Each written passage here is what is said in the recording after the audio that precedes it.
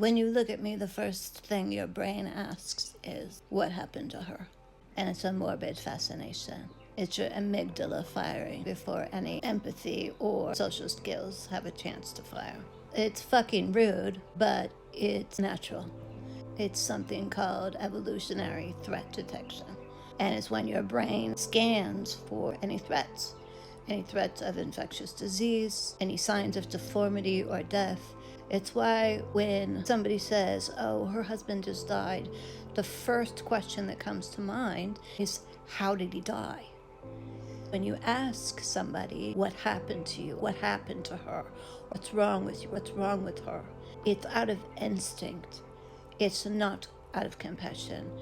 If I call you out as a fucknut and just plain rude, and you're going to try to tell me that you were just curious, you're also going to try to tell me that you have $30,000 sitting in your bank account, which is why you asked, because you wanted to share that you know a specialist somewhere in Sweden that could fly all the way out and can heal my body.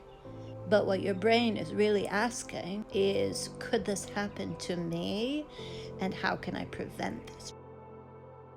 The brain also has a need for cognitive closure. So I have OCD, you know about ruminating thoughts and how the brain can get in a loop of negative rumination until said loop is closed. We don't like ambiguity. It's like if your partner comes home and you're like, were you at your ex-girlfriend's house? And they're like, I don't even like my ex-girlfriend. She's not in the same town. Why would you ask me something like that? But your brain the whole time is going, were you at her house? You can't move on until they answer the. There's also something called death anxiety. It's called terror management theory. It's when someone tries to find out as much information as possible in order to manage their own fear and terror of death. The goal is to ultimately distance themselves as much as possible from what they see you're going through. And your brain starts saying things like, oh, that's not like me. That wouldn't happen to me because what she has happened for a reason, and that reason is not mine. That's not likely, let alone. Let's be honest. There are not a lot of posted social scripts around illness and death. People don't know what the fuck to say. And when you don't know what to say, there's an internal panic, especially in high stakes situations where you see that someone is suffering.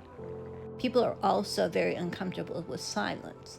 So instead of being with the struggle or the suffering or the grief of the person that you're speaking to, you want to fill the silence with something that you deem as curiosity, which is actually just clumsy social skills. People also confuse interest with entitlement. There's the sense of entitlement that if I notice something that confuses me, then I have a right to an explanation. This is going to trigger a lot of you, but think about when you were a kid and your parents were like, use your words, answer me. So why do I feel so strongly about being private? Because I don't have a lot of choices right now. And privacy is something I can choose when the fuck I want to choose it. It's one of the few ways that I can still reclaim my dignity, my body autonomy, my personal boundaries, and it's none. So for me to choose who I want to know what's going on with me and who I don't want to know is one of the few choices I have right now. And it gives me a sense of control when much of my life is. I have a right to protect my emotional space. I have a right to not have to fall back into and dig into the grief all over again just to